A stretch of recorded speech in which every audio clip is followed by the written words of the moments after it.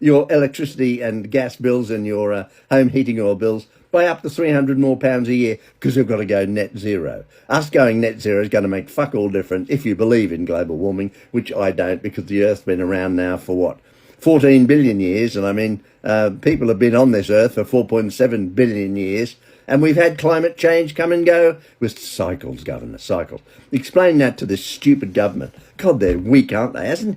Don't you find this government the weakest you've ever been? I mean, I've been around for a long time. Okay, some of you are saying, well, you weren't even fucking born in this country. I know, I was born in Australia. Proud to be Australian, but I can't afford the passport now. It's too expensive. Can't afford to go back there too. It's too expensive. And they're fucked up because they've got Albanese in power over there. Anyway, getting back to this country, we've got Sir Keir Starmer in power. He's in power for another 3.5 years. Oh, my God, can you imagine it? We are going down the tube so fast. We've got debt we can't fucking sort out. We have a government and a front bench. Have you seen them? Have you seen the front bench on this government? They are the most uninspiring lot I've ever seen in my entire fucking life. And what's going to happen to the future of this country, I don't know. Prince Andrew, who's a complete cunt. I mean, he's a horrible man, and he's stripped of his. He hasn't been stripped of anything. He's still living in a favoured and grace fucking property worth about 30 million on Windsor Estate. And look what he's done over the years and got away with it. Absolute fucking disgrace. You know, what's going to happen? I don't know. And King Charles, he's pathetic. I think of his mother, who was... I just love that woman. And rest in peace, Your Majesty. My God, we miss you so much. This royal family now has ruined it for the royals. There was a time when most people in the UK supported the royal family. I was one of them. But under this guy, Prince Charles, I can't stand him. Can't stand anything about him. Never liked him. When he went to Gordonstown in Australia as a sort of a sop to the Australians when he was, a teenager, he was apparently a complete waste of space, and he still is. And now he's our king. I have no respect for him whatsoever, and it's a shame. And if you got rid of the monarchy tomorrow, I couldn't give a shit. And when I read about the cost and how they live high in the fucking hog at taxpayers' expense, makes me so angry. And here we are all struggling with our fucking rates bill and nasty letters from your local fucking council. Have you had any? And the BBC licence fee, which is out of control, and a BBC that is unfit for purpose, as they say. That documentary on Gaza turns out to be a complete travesty, and they lied in that, and they're getting away with it. Ofcom finally make them... They kind of apologise for it.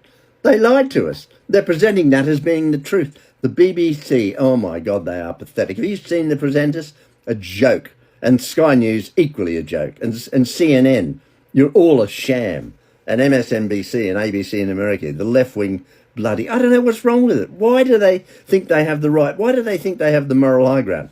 And by the way, don't worry about university students. I mean, they're at university because A, they've probably got wealthy parents and they can afford the fucking fees. And secondly, they're there and they get all indoctrinated and they get, they're going to get on this anti-Israeli thing, or if there's some other fucking thing they'll be onto. And they walk around like they're pontificating smart little pricks. Most of them don't know their arse from their fucking elbow, never worked a day in their lives. And they're really smug. Don't you find some of those university students who are out there protesting really smug little shit? You want to go and go to fucking work, earn a living like everybody else has to. The majority of us have to work.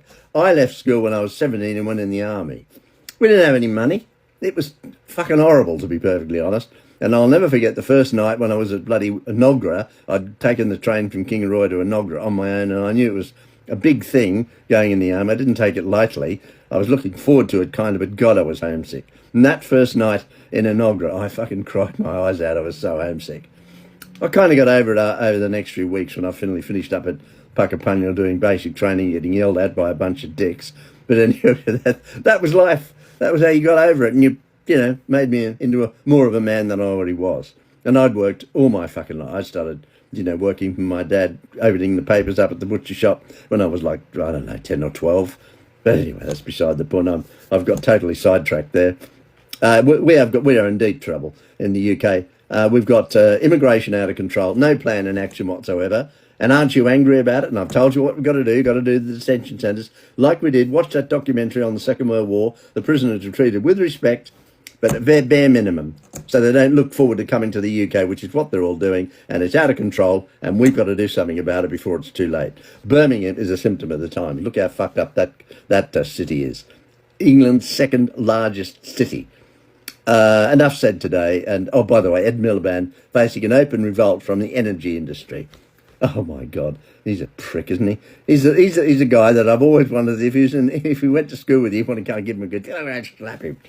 He's a pontificating little shit on his huge salary, and he can afford to pay the extra £300 you're going to pay for your gas and electricity this year, even though this government, another broken promise, they've made so many promises they've broken, they don't give a shit, do they?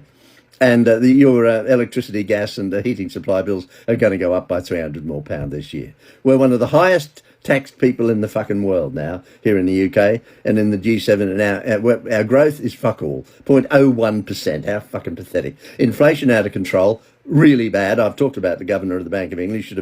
He's supposed to have had a rate to keep inflation at 2%. It's never reached anywhere near that. And one of my other people I follow and I like very much on this channel, and he was talking about it this morning, inflation's way above the official 3.7. I reckon my little basket puts it at about 4.4% this month. And I think it could even be higher than that. And it's going to go up, not down, up.